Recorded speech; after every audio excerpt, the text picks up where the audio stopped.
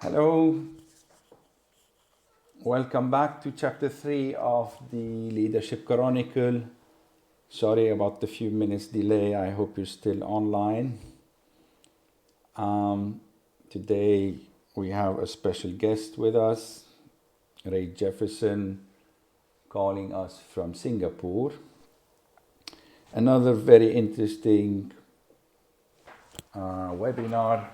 And as promised, today we're going to start talking about more practical things on what to do from a leadership perspective, from a leadership position, to lead yourself and lead others. Before starting, just a quick summary and some pointers on what you already know. Remember to drop your questions and comments in the live chat, just the way you do every week. Also, if you visit the links that you see in the sent by the Leadership Consultants team to set a reminder for the next chapters. Next chapter is chapter 4. Or register and sign up on webinars.leadership.com, where you will be on the list to be reminded every week on all the sessions. If you like to connect with me on LinkedIn or connect with Ray Jefferson on LinkedIn, just put our names in LinkedIn and you will be able to find us. All our other information, phone number, email are there should you have any more questions. Thank you again for being with us today. Really excited about today. It's going to be fun and full of learning.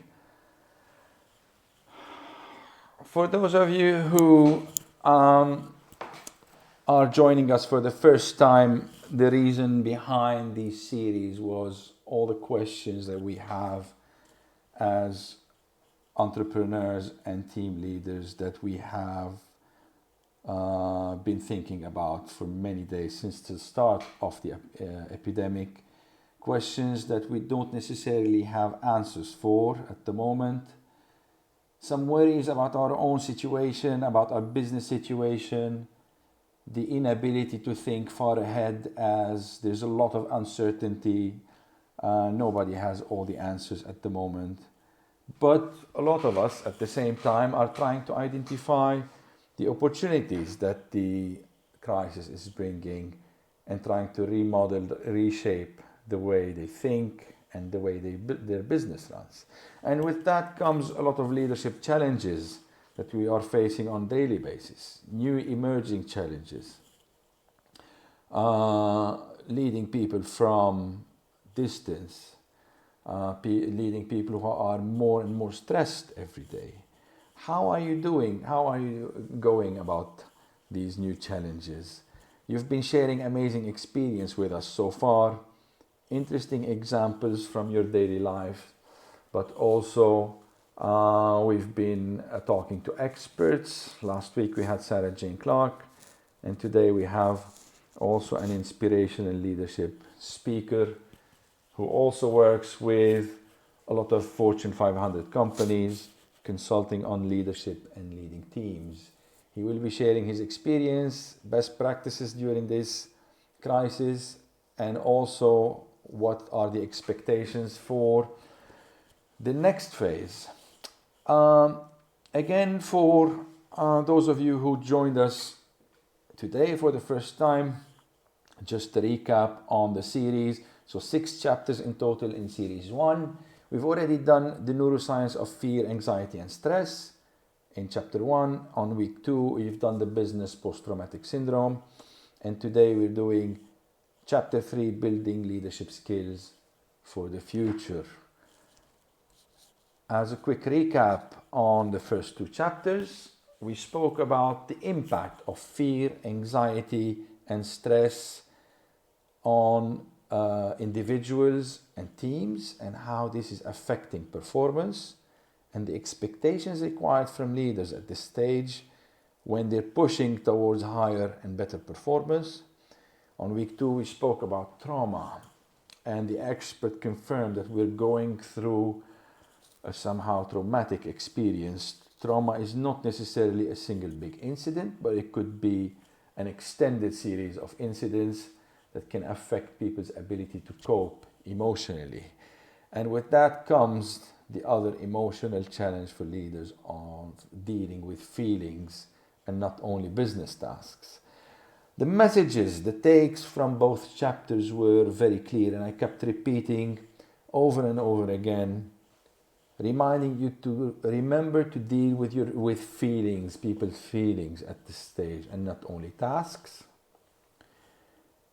Advice 2 was never break a promise at this stage, because people looking to trust, to prepare your psychological first aid kit. We need to be there for the people we work with. Be genuine, be vulnerable, and start real connections at this stage. And last advice was create a new social purpose for your organization and not only a profit purpose. These were the takes from the first 2 chapters. Today we will be talking about the real test of crisis leadership. This pandemic offers a true test of crisis leadership. How are we handling this? And as you got used to the way I've been approaching things, a bit of science in the beginning quickly, but I won't take much of your time as we want to make the best out of our guest speaker today. Just a couple of things for you to think about, and I'll go back to these at the end of this webinar. Are you able to identify and nurture the emerging talent through the crisis? Have you been observing new emerging talent? Have you been observing resilience? Have you been observing teamwork? Have you been observing some leadership skills that you wouldn't have seen in a normal circumstance? And 2, how much do you know about brain preferences for people who you work with? A very important point that's been neglected for a long time through all the behavioral theories that we work on assessing people with, knowing how much skills do they have and so on. But now is the time where personality actually plays a very big role and not only skills. People don't forget how to do things, people get demotivated to do them. And attitude, motivation and personality play a big role in a crisis situation like this.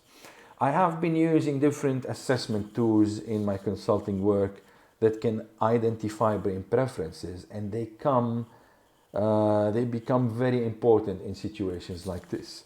I will be talking to you later about a tool I've been using called the Emergentics Profile, among other tools we've been using lately, that can show very good indicators on the brain preferences of people we work with, and how this can result in some expectations from them at this stage. For instance, you have already realized that some of your team members find it easier to work in a group setting at the moment, and some find it more challenging. Some find it easier to work individually, and some more challenging. The study of brain preferences actually can help you anticipate and make expectations on who is more motivated to work from home, for instance.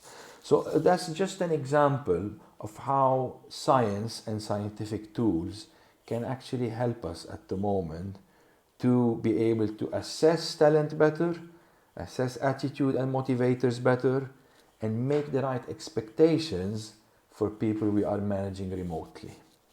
Something I will be revisiting just after we finish our interview with our dear speaker. So without further delay, I'm going to move to talk to Ray Jefferson. Ray, hello. I'm very well, and you? I am very well. Thank you for the privilege of joining you and the other participants on today's Leadership Chronicles. And for all of the participants, thank you for the privilege of your time and your attention today. Thank you for being with us. Ray, just before we start, just need to make sure with our friends at Sodico Solutions who are directing these webinars that everything is working well and people can hear you and see you. Can we confirm that we can see both myself and Ray and hear both of us, please?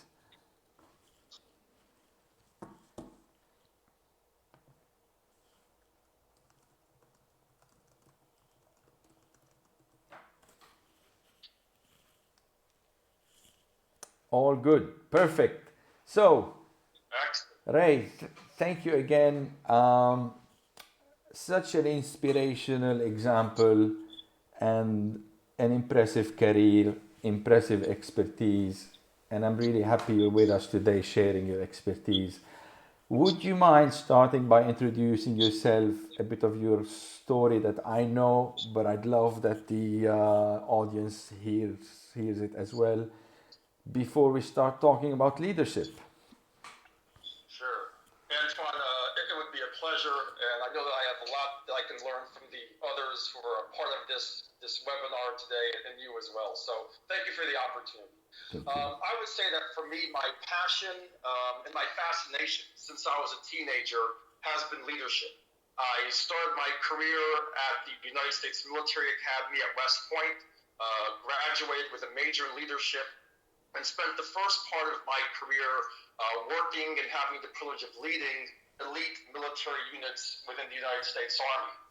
And I was really fascinated by how this practice, this activity of leadership, can allow people and teams to access their fullest potential and live lives with greater purpose, meaning, and significance.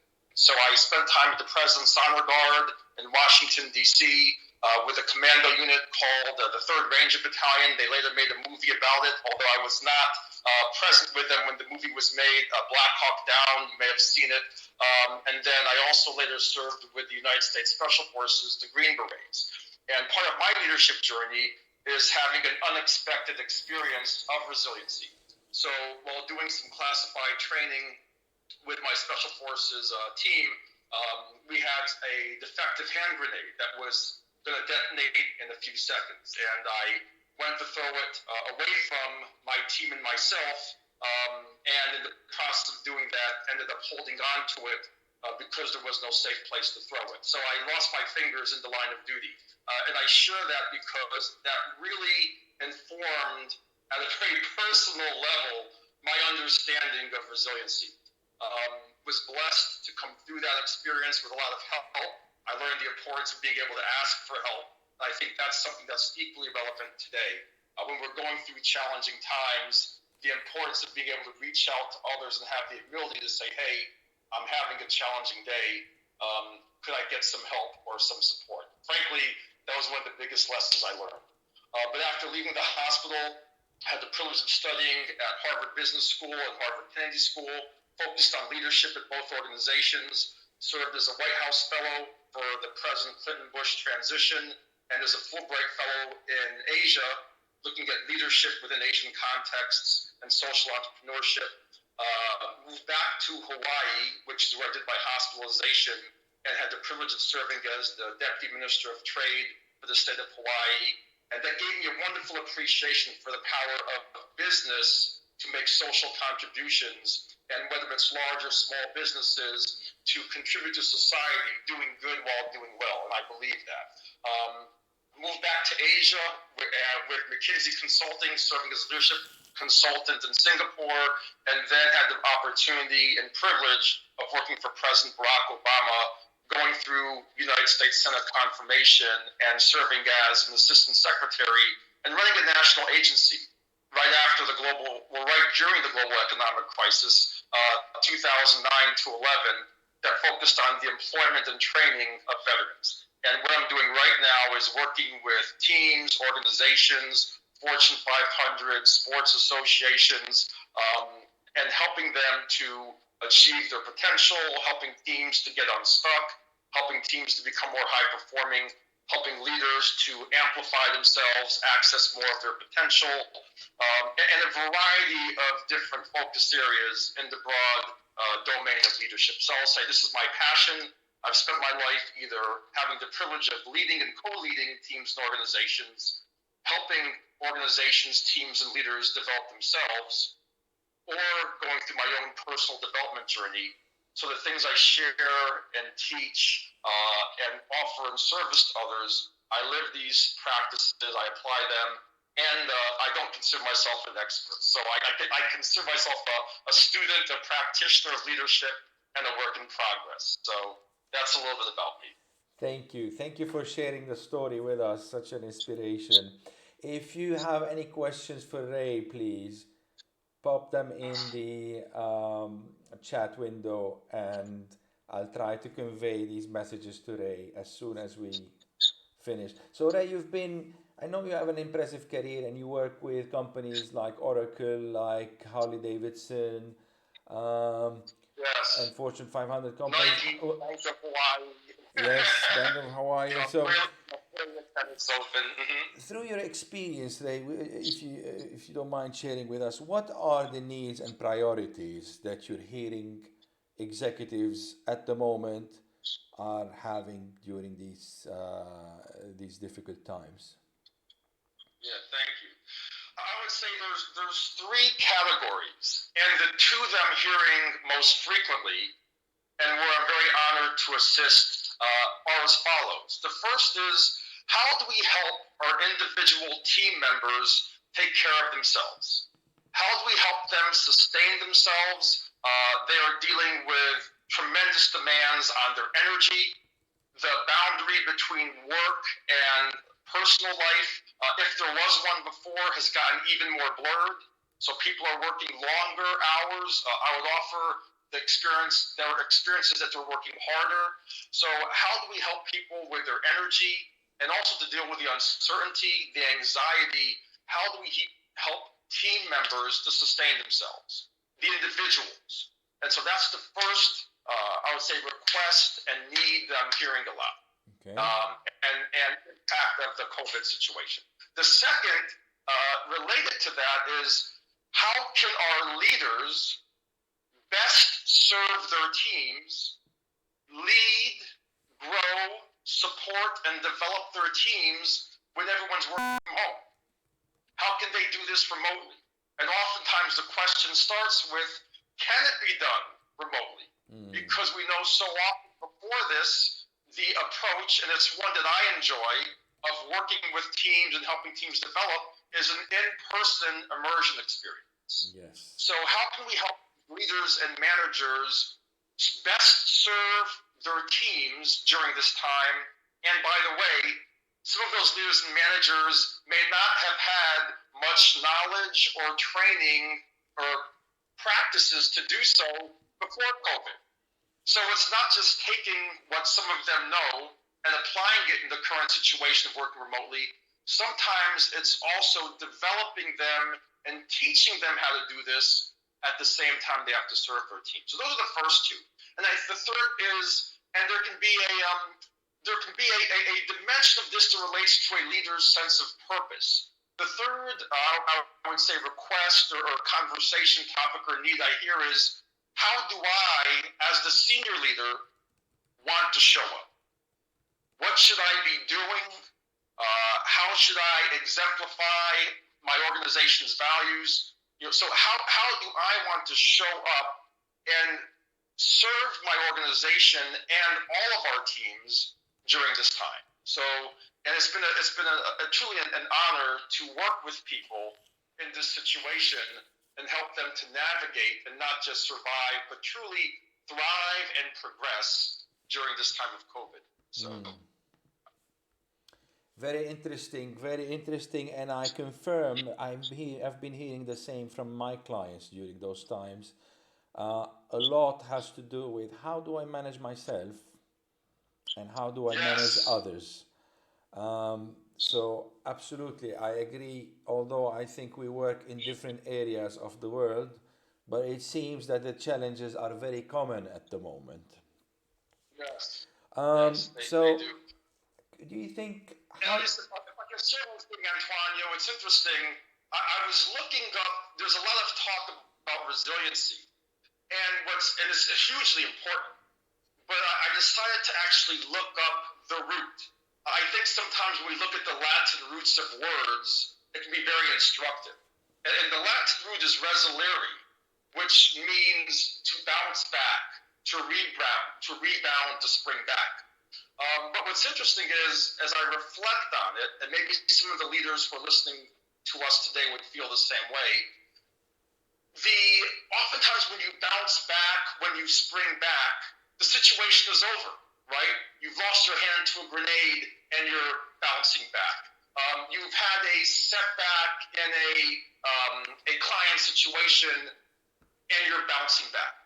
But now we're in a situation, an environment where it's a marathon. It's not a sprint. And we're actually not sure, quote, when the end is, so we can actually bounce back because the experience has concluded and we're getting back on top. So I would offer that resiliency now is about being able to endure and persevere, being able to move forward and progress and sustain ourselves for the length of time that would be necessary, which is presently uncertain. So, do you think that this is possible during this crisis to develop your own resiliency and the resiliency of your team members? It's a beautiful question. And I remember hearing, one leader say, how do you develop trust? The question was, how do you develop trust and resiliency in a crisis? And the initial answer is, it's too late.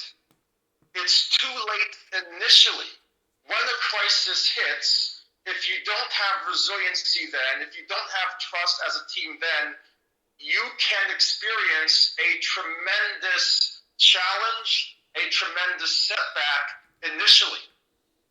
At the same time, when you are in a situation which is a marathon, not a sprint, you do need to develop trust in teams. You do need to develop individual resiliency, and it is possible. And so what we want to look at when we talk about developing resiliency is how we can first create different types of energies within leaders. So how do we help leaders create and focus on and be productive with their mental energy? When they're exhausted and drained and their mind does not want to collaborate, cooperate, and work, Exactly. how do we get them to energize and awaken and get their mind in an alert, focused state? Yes. Or when they're overwhelmed and they feel pressurized, giving them effective, reliable tools and techniques to release that pressure so they can focus and sequence actions that need to be taken and move forward into productivity. So mental energy, emotional energy, and you touched upon that earlier. How do we create emotional energy? How do we create a mood and a morale so that we can endure, we can achieve, we can progress? And there's tools and techniques to do that. There's actually a lot of information. What I like to do is look at what are the better practices so during the most challenging times we can increase our emotional energy. We can shift our emotional state. And then physical energy as well. And finally, I'll talk about the energy of our human spirit. When we can create or derive or conceive purpose, meaning, and significance during this time, and what we're doing as an individual, or what our team is doing, or what our organization is doing, that can be a tremendous source of energy. So leaders will want to work with their mental energy, their emotional energy, their physical energy, and what I'll call the energy of their human spirit, and to have effective tools and practices to do that. Interesting. I'm sure you, as I know that you have practical means of helping leaders manage their energy, manage the mental and emotional energy of their teams. I'm sure this is not Yes. something we can just teach over a webinar, but it's a process that we are going through with our clients at the moment. But it Yes. confirms again the importance of managing emotions and the mental state of people right now as part of helping people feel the stress, the impact of the stress less. It's not a normal situation, and that requires different measures. So, Mhm. what should, in this case, leaders be thinking about in terms of how to lead their teams and be most helpful for them? Yes. Thank you. When I'm working with leaders, what I like to invite them to embrace as an approach is looking at three things. The first is being able to gain awareness of how one's team is doing. Second, working with the team, engaging with the team members so the team becomes genuinely a community of mutual support. We get the work done and we take care of each other. And if I can put it in even more simple terms, a mantra I like to share when I'm working with organizations is we have each other's back and it's okay to ask for help. So awareness of how one another is doing. The individual is self-aware, so he or she can manage himself. And there's enough trust and connectivity and comfort that team members can share how they're doing with one another. So awareness. Second, I mentioned support. When we understand how one another is doing and we genuinely care about one another, we can offer support. We can check in, we can take actions to make one's life easier, to make the work deliverables, facilitate the execution of their, facilitate the execution of what needs to be done, ensure that the outcomes can be maintained. And the third, which is very interesting, and if you would have asked me before COVID, I would have said it's challenging to do this. And because I had to find ways to work with teams, I'm now a converted true believer that you can actually build bonding and develop teams online. And I may need to say that again, because those people have heard me say it's extremely difficult to do. But I would say that from personal experience now, it's absolutely possible to do.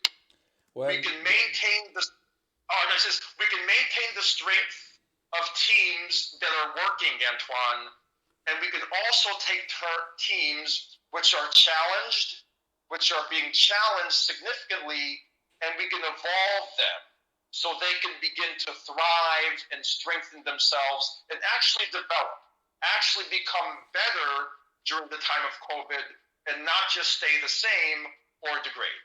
Sorry for interrupting. thank you. This is actually, I'm sure the audience right now are excited to know how is this possible because we're all in the same Yes. situation. Could you share an example where leadership was able to help to develop teams online during this time? Yeah. Well, to teach actual techniques, I'm not sure if we have the time to go into extreme detail. Let me start with a principle, because when we can understand some of the principles, then the leaders who are with us today, who are listening, can reach out to different people in their networks to get assistance. So I'm a big believer in understanding why you're going to do something, right? Simon Sinek, talks about start with why, understanding the underlying reason, and then once you've done that, you can find someone to help with the how. But let's talk about the difference between a thermometer and a thermostat. And why am I talking about that right now? I was working with an executive team just a few hours ago. It's important to be able to have the benefit of a thermometer and the benefit of a thermostat within one's team. What does a thermometer do? It tells us the temperature in the room. the thermometer tells us the temperature in the environment. And for our purposes, one of the things I would invite leaders to do is be able to check in with their teams personally and professionally on what's the temperature of the individual environment, and specifically the individual's mood, the individual's morale. How are your team members doing, mentally, emotionally, physically, vocationally, on different dimensions? So being able to have tools that serve as a thermometer, because that lets you know the state, the temperature of the environment of the team's mood and morale, and also the individual state of each team member. But the one problem with a thermometer is it's very responsive to changes in the environment. You have a great day for the business, someone may feel up. You have a terrible day, someone may feel down. There's many challenges and setbacks to doing business right now. If your people are like thermometers, the external environment is good, I feel good. The external environment is bad, I'm down. Or in their personal life, then there's a lot of fluctuation, which is not good for the individual, not good for the team. So when I'm working with leaders, I work with them to give them knowledge, skills, and abilities to serve as a thermostat. Because what a thermostat does is it regulates the environment. So we want to teach leaders how to intentionally take leader actions to manage the mood and manage the morale and the effectiveness of their team. So there's a role in the thermometer, there's a role in the thermostat. And very simply, we want to give leaders practical tools and techniques and practices that they can use to moderate and become aware of the temperature, the environment of the team, and then intentionally shape it and support it and help it unleash its fullest potential. Interesting. Thank you. I'm just going to quickly, Ray, just before we move the conversation forward, just to check a few of the comments that we've been receiving. Yes. So, in terms of helping teams, our audience are confirming that this is very important at the moment, sharing and offering whatever help we can do. So, the personal relationships right now are important. In under the topic of resilience, Linda, Luay are saying the challenges are big, but we need to rely on different tools for interacting. So, confirming again that communication is key in developing resilience. World is becoming more virtual, mainly social media and online communication. Also, resilience must start from the top, and people are agreeing on the importance of resilience at this stage. We discussed Yes. something last week about the post-traumatic stress disorder, and we discussed Yeah. how people would be reacting differently to similar events right now, depending on their existing mental health and how they will be able to cope emotionally with what is happening, and then puts the leaders in a challenging situation to lead more at a more personal level right now because of the difference in impact between people, and to lead on a personal level means an even deeper level of conversation, a deeper level of trust. People need to Absolutely. trust you to share emotions with you. And in some cultures, sharing Yeah. emotions is not very common. People will need to practice sharing feelings and emotions with each other, Yeah. so they can help leaders. So asking the right questions, building, as you've mentioned, Ray, building an environment of trust and support will help these relationships become even closer. Um, Thank you. Another question, Ray. What are some things you would encourage senior leaders to be doing right now? Let's put our practical hat on right now. What are some of the things that Yeah. you would recommend? Yeah. Well, I would humbly offer that we need to bring practicality into the first two things we spoke about. I'll come to a third, but bring the practicality into helping individual team members take care of themselves. I know some organizations around the world are actually delivering programs right now where they're teaching individuals how do you take care of themselves. One of the things I like to share is it's not what's taught, it's what's caught. So it's not what you know. I like the emphasis that you just shared with the word practical and practicality. It's not what we know, I would offer. It's how much of what we know we can use and apply during times of stress and times of challenge. Yes. So giving individual team members practically a toolkit that they can use. I know there's a wonderful book, The Power of Happiness, by Dr. Sonia, I may not pronounce it correctly, Lyubomirsky. And she talked about 5 practices.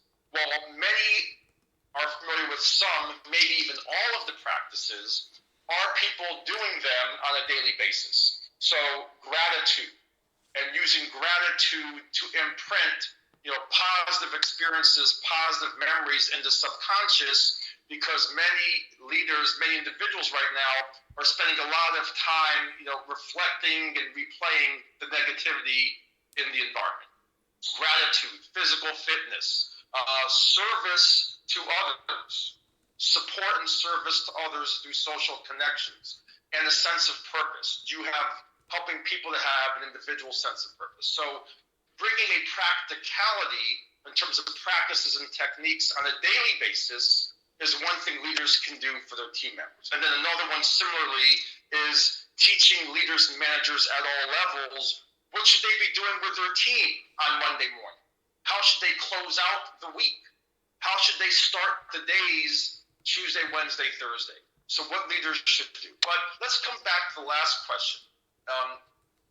When I'm in a leadership role, and if I was the senior leader of an organization right now, what I would invite my peers to spend some time on is reflecting on this question.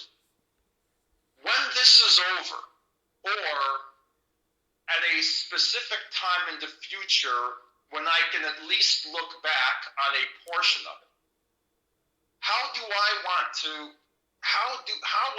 want to be showing up then? Who do I want to be when this is over? What do I want our organization to be known for, to be experienced as a result and during this? What do I want my teams, what state do I want my teams in when this is over? So starting with the end in mind. Who do I want to be? Who do we as an organization want to be?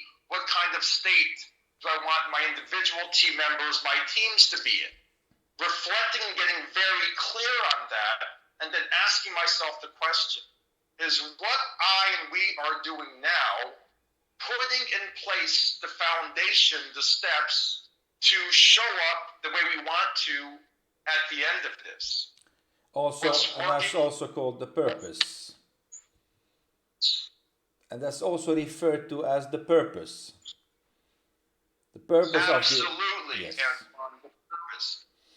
And this may be a time for some leaders and some organizations, frankly, that haven't made the time to reflect on purpose.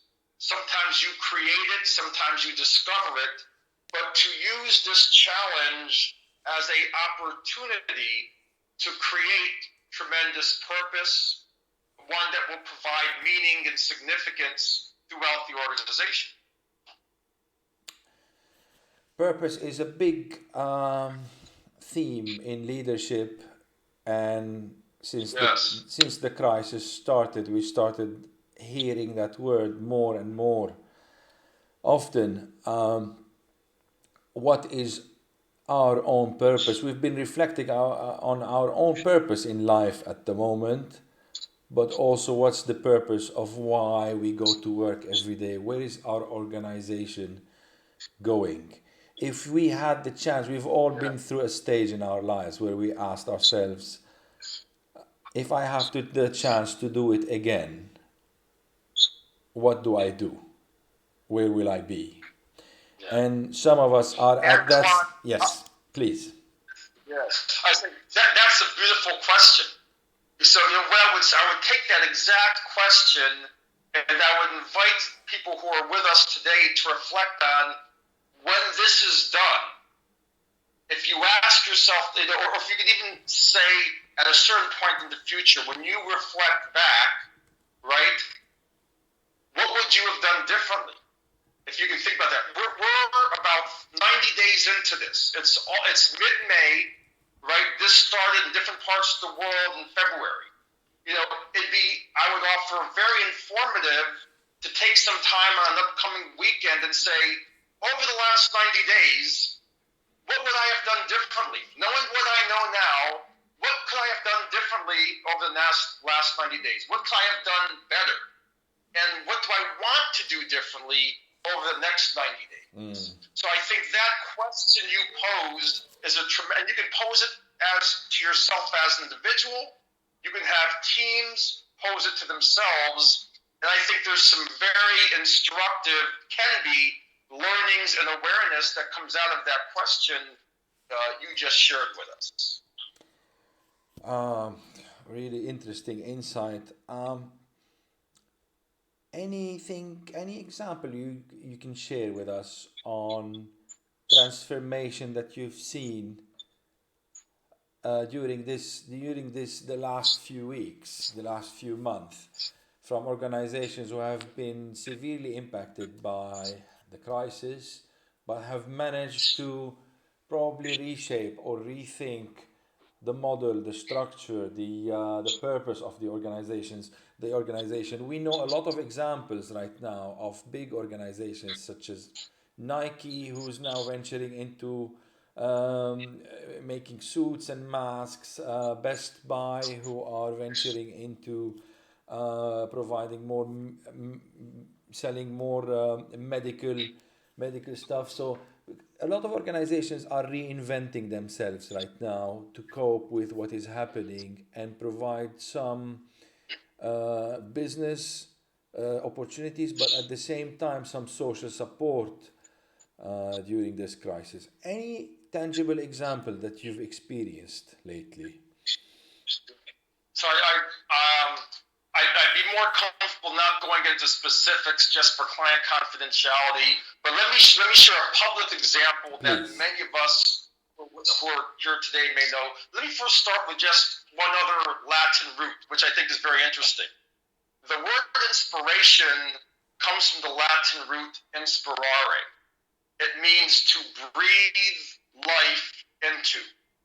And I would offer that organizations and individuals with a deep sense of purpose breathe life into themselves, breathe life into their teams, breathe life into their team members, because they have that sense of meaning and direction and a very powerful why.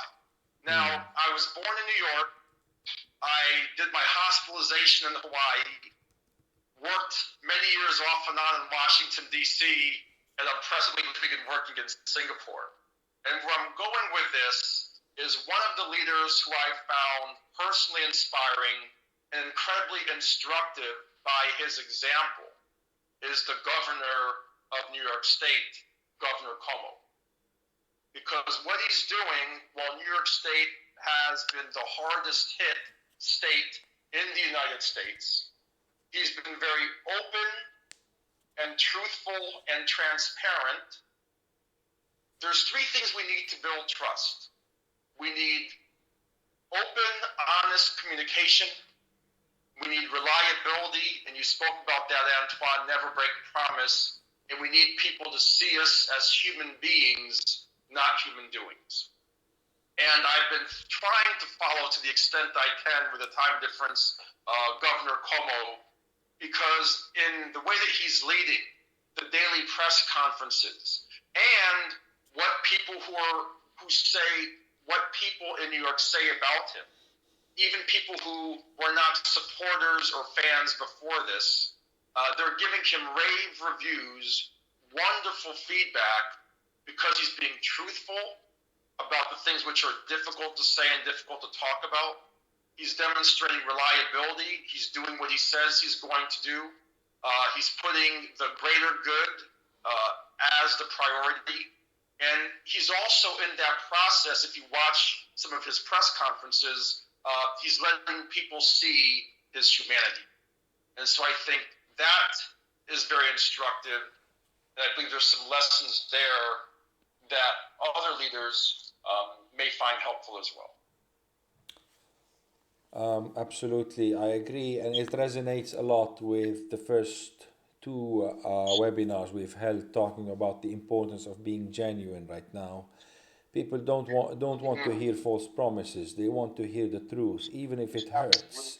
People have come to a point where they acknowledge that business is not going well, life is not going well, but they need more genuine conversations at the moment and not false promises.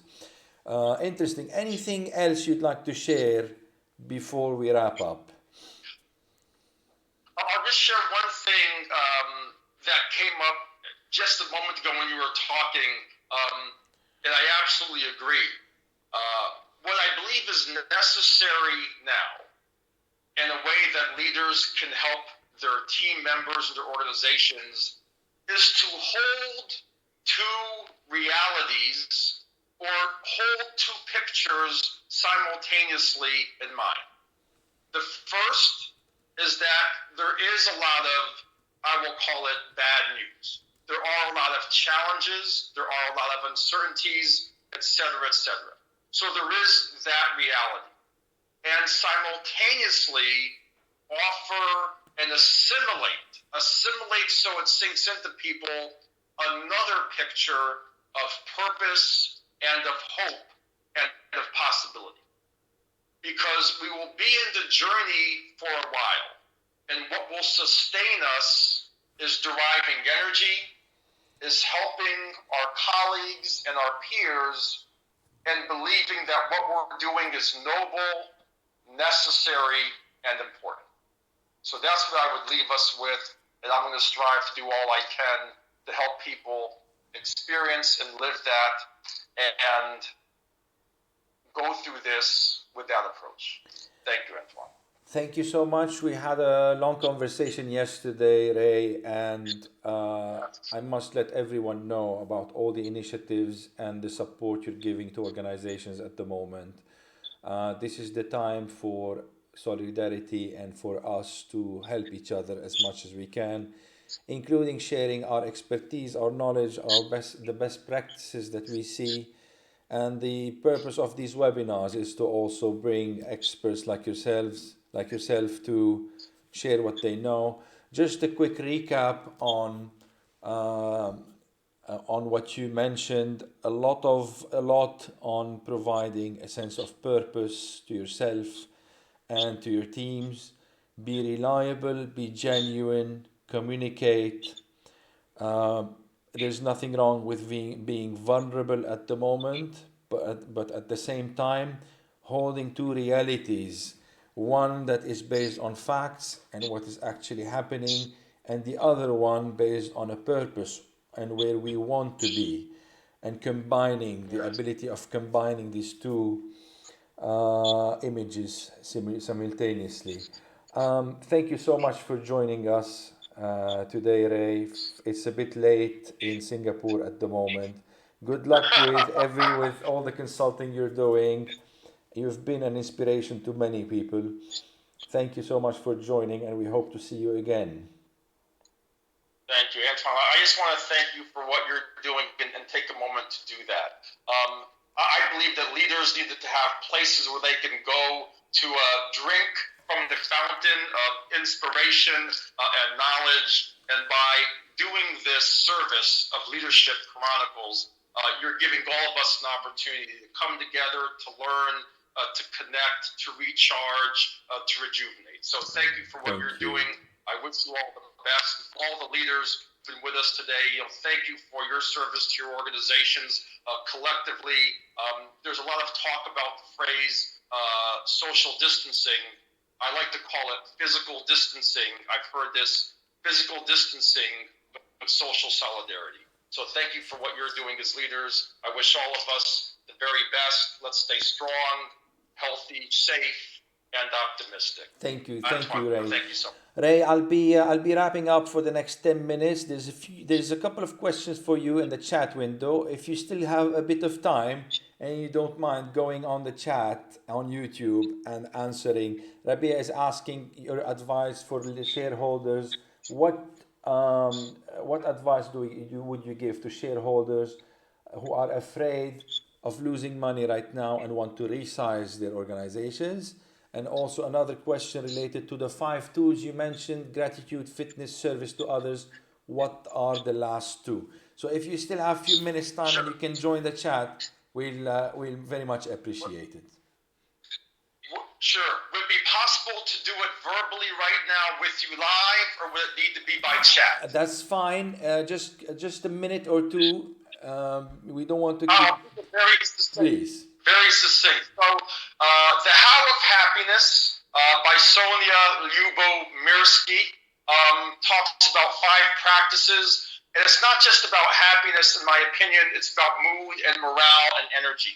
So gratitude, and there's a scientific basis about the power of gratitude activities, expressing gratitude, taking time to be grateful and reaffirm the positive.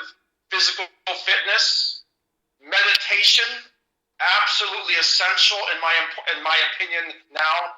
The 4th is support and social connections, and the 5th is purpose and goals. Purpose, we can have a very inspirational purpose. What are those things we want to accomplish today, this week, this month?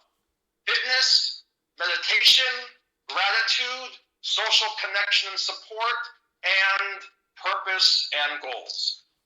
Thank you. With regards to, and so for the first question, I like to focus my expertise on things where I feel I can make the greatest contribution based on my experience. What I'll say is this: I think it's important to be honest in our communications, to look candidly and fully at the near-term realities, and also think and plan for the mid and the long term. And especially with talent. Once talent is lost, it is hard to regain. So collectively, how can we make the best decisions given the business environment, given the talent within our organizations, and given the challenges? I can't go much further beyond that. I don't think I would be the best speaker to go ahead and answer that question, Antoine, but maybe anchoring at the start point and open, honest, transparent communications, I feel that's a very necessary and important beginning to that conversation about what do we do organizationally and with the different stakeholders. All right. Thank you, Ray. Have a great evening, sir. And hope to see you soon. Pleasure. Have a great day. Thank you, Antoine. We'll be in touch with each other, I know. Thank you. Bye-bye. Bye.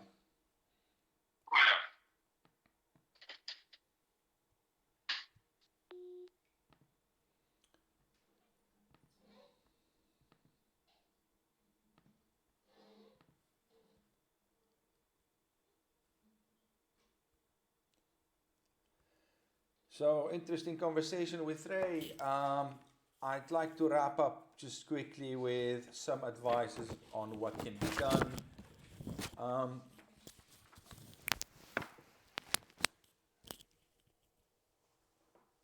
In the beginning, I started talking about how the importance of identifying emerging talent at the moment. Keep your eyes open on the skills that you're seeing right now and the talent that you're seeing right now. This is an opportunity to spot and nurture these talents. Now is actually a lot of organizations are using this time to do assessment. Crisis brings out some things in people that can be assessed at the moment. I'm very happy starting this conversation with you privately after the webinar on some recommendations on assessment tools you can use to assess levels of skills, but at the same time to assess brain preferences and motivators. What is motivating some people more than others at the moment? If there are solutions and tools that you can use to right now assess people's motivators and people's talents and work on nurturing them, that would be very beneficial for future performance. Other recommendations I would give are start by self-leadership in the beginning. Put your own oxygen mask before you help others. I'm wondering if you can hear me. Put your own, lead yourself at the moment before you lead others. What do I mean by this? Emotional intelligence at this stage is extremely important. Abstract reasoning, IQ, is usually based on data and facts, and then you reason, you with logic, and you come up with interpretation and analysis for the data. In times of uncertainty, data is not always there. It's not always existent. We all have unanswered questions right now. Emotional intelligence in times like this plays a very important role. And that starts with you being more self-aware. A question to you. How are you feeling right now? If you think genuinely and honestly and want to answer, either to yourself or share your answer with the others, can you really describe how you're feeling right now? Are you feeling sad this is happening? Are you feeling guilty? Are you feeling afraid? Can you describe your feeling with one word? The importance of knowing how we're feeling can lead us to controlling that feeling. Life is on the other side of fear. We cannot make the right decisions if we are driven by fear. So start by understanding the way you're feeling and then move to controlling that negative feeling. The third thing in emotional intelligence is the social awareness. How much do you know about what other people feel? Do you ask the questions, the important questions that make you aware of people's feelings before you understand how to deal with them? And based on those answers, you move to the fourth step of emotional intelligence, relationship management. How will you manage relationships knowing that people have certain feelings at the moment? My advices here are put people first, support, connect, engage in real conversations, build personal relationships, personal connections, be upfront, be vulnerable. People accept this at this stage, but they can see the real leader in you. The other advice is more related to the business in general and the scope and the strategy of the business. Another question for you. Is this the time to restart the business or reset the business? Are we pushing the reset button and starting everything from the beginning? Now that we might have the opportunity, or are we just restarting to where we were? That's the question to everyone. How do you shift your organization from a panic mode to purpose mode? How can we transform this panic into a new purpose? Start by writing down and thinking about the real purpose of your organization. What are your actual capabilities? Have you measured your talent pool? Are you able to reframe these capabilities to do something else? Are you able to reframe your operation, your current business model, your current structure? And are you able to reframe relationships? Relationships with customers, relationships with supplier, and most importantly, relationships with your employees. Last few words, remember to manage yourself. Ray mentioned this, the importance of physical activity, but recognize also some important facts. Decisions when we're tired are not the best decisions, and that's scientifically proven. So avoid burnout. A lot of us want to show the image of the leader who's invincible, who will keep forcing things, who will keep driving, but that is eventually going to lead to a burnout. Take time to rest, take time to switch off and do your other things that can distract your brain and rest your brain. At the same time, anticipate quickly. This rest period is going to help you work your cortex again and analyze the data and make new realizations and make anticipations and keep yourself in a position where you will learn and keep learning.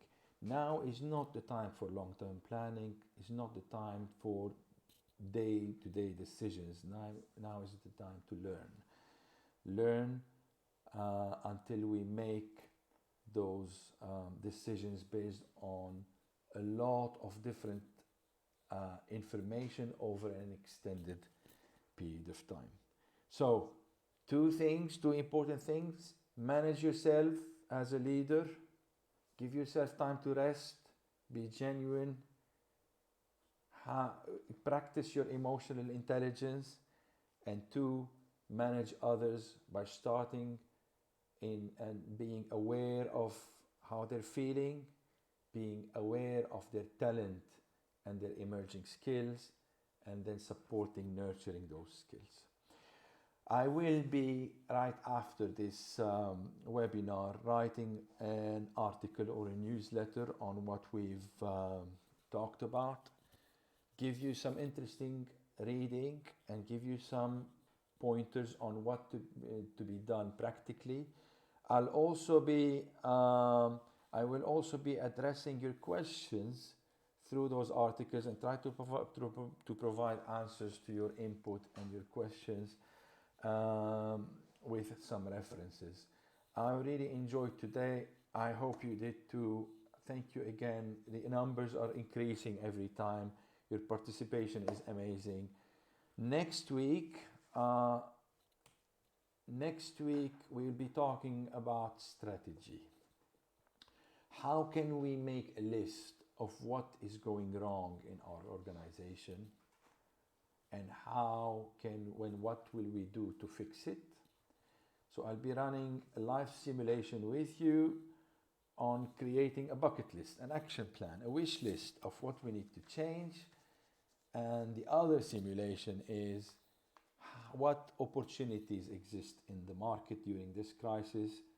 How can we spot them and build an action list to start realizing some of them? Also, we have a big guest speaker next week, somebody coming from a very big industry that is severely affected by the crisis at the moment, sharing the example of what they're doing to manage themselves and manage their teams and work around a strategy that it will eventually work. Thank you so much. Sorry for being late, an hour and 10 minutes. I really enjoyed being with you today. Goodbye.